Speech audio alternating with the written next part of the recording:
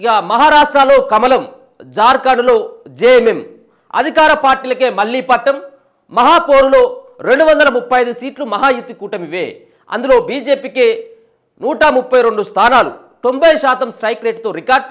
ఉద్ధవ్ సేనను దెబ్బ కొట్టేసిన షిండే సేన. శరద్ పవార్కు అజిత్ పవార్ షాక్. 49 సీట్లకే ఎంవీఏ పరిమితం. అందులో ఏ పార్టీకి దక్కని ప్రతిపక్ష హోదా. జార్ఖండ్లో జేఎంఎం దూకుడు, కాంగ్రెస్తో కలిసి మళ్లీ పవర్లోకి. 14 రాష్ట్రాల అసెంబ్లీ ఉప ఎన్నికల్లోనూ అధికార పార్టీలదే పైచేయి. 2 రాష్ట్రాల అసెంబ్లీ ఎన్నికల్లో అధికార పార్టీలకే జనం మళ్లీ జైకొట్టారు. మహారాష్ట్రలో బీజేపీ నేతృత్వంలోని మహాయుతికి, జార్ఖండ్లోని జేఎంఎం ఆధ్వర్యంలోని ఇండియా కూటమికి ఓటర్లు పట్టం కట్టారు. దేశంలో అత్యధిక జనాభా కలిగిన రెండో రాష్ట్రం మహారాష్ట్రలోని బీజేపీ ఏకంగా 132 సీట్లు కైవసం చేసుకుంది. ఇక్కడ మొత్తం 288 అసెంబ్లీ స్థానాలుండగా బీజేపీ 149 చోట్ల పోటీ చేసి అందులో దాదాపు 90% సీట్లను గెలుచుకొని రికార్డు సృష్టించింది. కమలం పార్టీ నేతృత్వంలోని మహాయుతి కూటమి మ్యాజిక్ ఫిగర్ 145ను దాటి 235 చోట్ల విజయకేతనం ఎగరవేసింది. కాంగ్రెస్ నేతృత్వంలోని మహావికాస్ అఘాడీ చతికిల పడింది.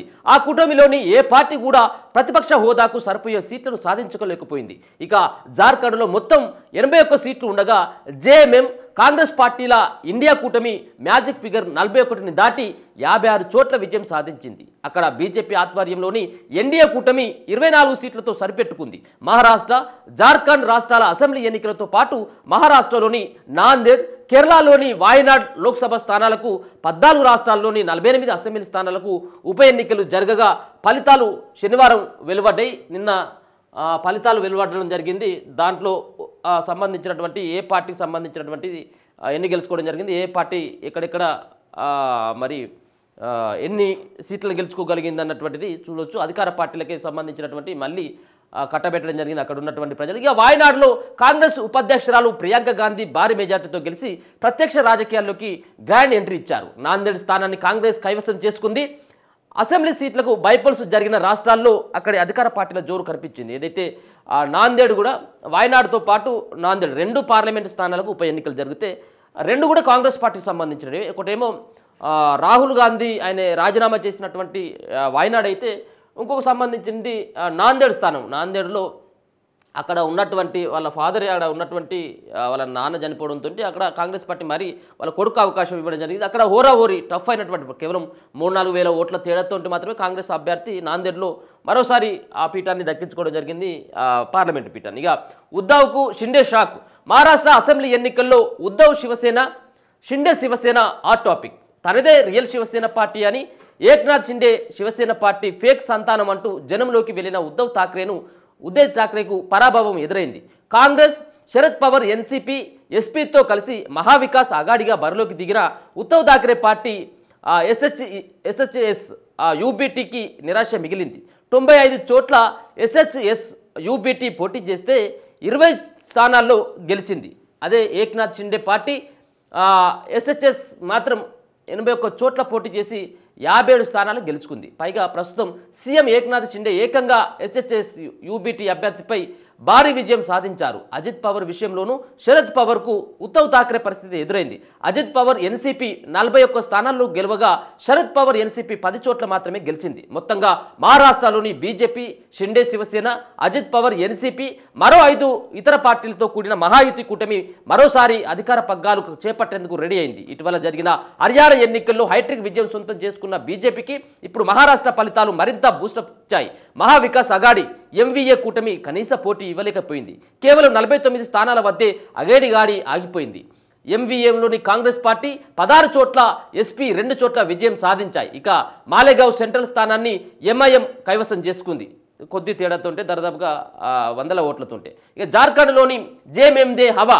ఎగ్జిట్ పోల్స్ అంచనాలు తారుమారు చేస్తూ జార్ఖండ్లోని జేఎంఎం, కాంగ్రెస్ కూటమి ఇండియా భారీ విజయాన్ని సొంతం చేసుకుంది. ఇక్కడ ఇండియా కూటమిల నడుమ నెక్స్ట్కు నెక్ ఫైట్ ఉంటుందని ఎగ్జిట్ పోల్స్ భావించగా ఇండియా కూటమి 56 స్థానాలు గెలుచుకుంది. ఇండియా కూటమిలోని JMM 34, Congress 16, RJD 4, CPI ML 2 సీట్లు గెలుచుకున్నాయి. ఎన్డీఏ కూటమిలోని BJP 21, JDU 1, LJPRV 1, AJS UP 1 చొప్పున స్థానాలు సాధించాయి. మొత్తంగా ఎన్డీఏ కూటమికి 24 సీట్లు మాత్రమే పరిమితమైందనేది ఒక వార్తను చూసుకోవచ్చు. మొత్తానికి దీంట్లో చూసినట్టయితే ఇప్పటి వరకు అంటే శరద్ పవార్ ఆయన ఆ పార్టీలో దాదాపుగా 41 శరద్ పవార్ సంబంధించిన కేవలం 10 సీట్లు మాత్రమే. అజిత్ పవార్ ఎన్సీపీ 41 స్థానాలు గెలవగా శరద్ పవార్ ఎన్సీపీ 10 చోట్ల మాత్రమే గెలిచింది. అంటే ఒక పక్కనేమో అజిత్ పవార్ ఎన్సీపీ కూడా రెండు ముక్కలుగా అయిపోయింది. ఒకటేమో అజిత్ పవార్ వర్గం, ఇంకోటేమో శరద్ పవార్ వర్గం. దాంట్లో శరద్ పవార్ దాదాపుగా 80 చోట్లనేమో పోటీ చేసినట్టుగా ఉంది. దాంట్లో కేవలం 10 చోట్ల మాత్రమే.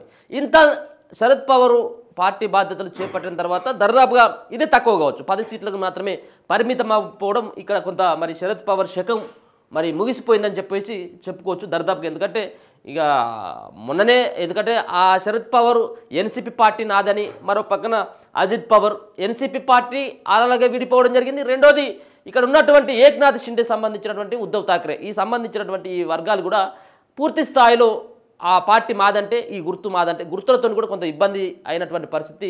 ఎందుకంటే వాళ్ళు ఆ గుర్తులతో ఓడిపోయినామని చెప్పేసి వాళ్ళు చెప్పుకుంటున్నటువంటి మాట. ఏదేమైనప్పటికీ కూడా దీంట్లో మరొకసారి అక్కడ షిండే వర్గం, అలాగే ఉన్నటువంటి అజిత్ పవార్ వర్గం, అలాగే బీజేపీ ఈ 3 పార్టీలు కలిసి మరి 235 స్థానాలను గెలుచుకోగలిగింది. మొత్తానికైతే అధికారం మాత్రం మరొకసారి బీజేపీ పార్టీ మహారాష్ట్రలో నిలుపుకుంటే, జార్ఖండ్లో సైతం కూడా హేమంత్ సోరెన్ మరి జేఎంఎం పార్టీని మరోసారి నమ్మి మరోసారి హేమంత్ సోరెన్ని బాధ్యతలను కూడా అప్పగించినటువంటి జార్ఖండ్ ప్రజలు ఒక రాష్ట్ర ఎవరిని కూడా ఇప్పుడైతే 2 రాష్ట్రాలు ఎవరి చేతిలో ఉన్నాయో వాళ్ళ చేతిలోకి వెళ్ళిపోవడం జరిగింది. మొత్తానికి ప్రజలు ఆ విధమైనటువంటి తీర్పును జార్ఖండ్లో అలాగే మహారాష్ట్రలో ఇచ్చినటువంటి పరిస్థితి.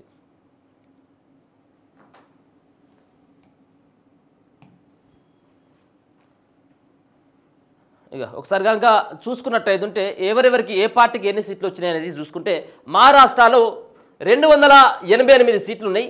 288 సీట్లలో 235 మహాయుతికి ఇది బీజేపీ పార్టీ, శివసేన, ఎన్సీపీ మరో 4 పార్టీలు కలుపుకున్నట్టయితే 235 సీట్లు. దాదాపుగా బీజేపీకి 132 వచ్చినాయి, శివసేనకు 57, ఎన్సీపీకి 41, మరో 4 పార్టీలకు 5 సీట్లు వచ్చినాయి.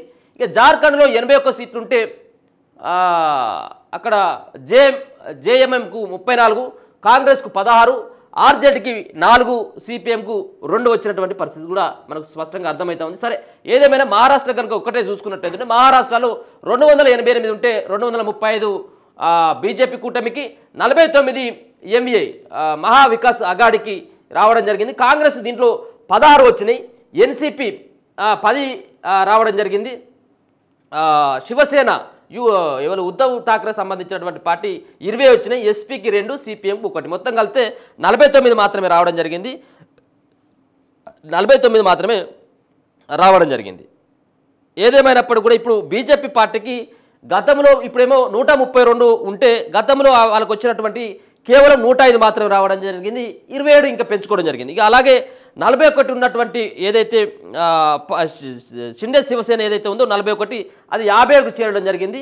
ఇక ఎన్సీపీకి వచ్చిన తర్వాత అజిత్ పవార్ సంబంధించినటువంటి ఎన్సీపీకి వచ్చిన తర్వాత గతంలో 41 ఉంటే ఇప్పుడు 39, ఈ 2 సీట్లను వాళ్ళని కోల్పోవడం జరిగింది. కానీ వీళ్ళు పెంచుకోవడం జరిగింది, బీజేపీ శివసేన పెంచుకోవడం జరిగింది. 235 వాళ్ళకు వస్తే 49 మాత్రమే. కాంగ్రెస్ మాత్రం ఇక్కడ చావు దెబ్బ బీజేపీ పార్టీ కొట్టింది అనుకోవచ్చు. ఎందుకంటే శివసేన అలాగే ఎన్సీపీ పార్టీలో వీళ్ళ పైన ఉన్నటువంటి ఏదైతే కొంత వ్యతిరేకత అంటే పార్టీలను చీల్చిన్లు, దీంట్లో ప్రజలను ఇబ్బంది పెట్టిన్లు అన్నటువంటి అభిప్రాయాన్ని ప్రజలు గమనిస్తారేమో. ప్రజలు మరి అటువైపు సానుభూతిపరమైనటువంటి ఓట్లని మా వైపు వస్తాయి కావచ్చు అని చెప్పేసి ఇండియా కూటమి భావించడం జరిగింది. కానీ ఎక్కడ కూడా అటువంటి పరిస్థితి కనపడలేదు. మరోసారి బీజేపీ పార్టీని నమ్మడం కాదు, అది 100% అది అక్కడ బీజేపీ పార్టీకి 1-2 చోట్ల అంటే అది వేరు. కానీ మొత్తం కనీసం ప్రతిపక్షం లేకుండా మొత్తం క్లీన్ స్వీప్ చేసింది అనుకోరాదండి.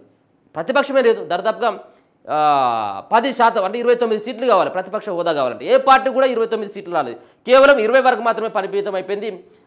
శివసేన ఉద్ధవ్ ఠాక్రే శివసేన 20 స్థానాలకు మాత్రమే గెలిచింది. కాబట్టి ఇప్పుడు అసెంబ్లీలో ప్రతిపక్ష నేత ఎవరు కూడా ఉండరు. ఎందుకంటే 10% సీట్లు కావాలి, 29 సీట్లు కావాలి, కానీ 29 ఎవరికి రాలేదు. ఇక జార్ఖండ్ విషయానికి వచ్చినట్టయితే 81లో 56 ఇండియా కూటమి గెలిస్తే 24 ఎన్డీఏ కూటమి జరిగింది. అక్కడ కేవలం మరి ఏది 42 వస్తే సరిపోతుంది, 41 వస్తే సరిపోతుంది. దాంట్లో 56 వాళ్ళు గెలుచుకోవడం జరిగింది కాబట్టి వాళ్ళ చేతికి మరోసారి అధికారాన్ని కట్టబెట్టడం జరిగింది జార్ఖండ్ ప్రజలు. ఇట్లా ఉంటే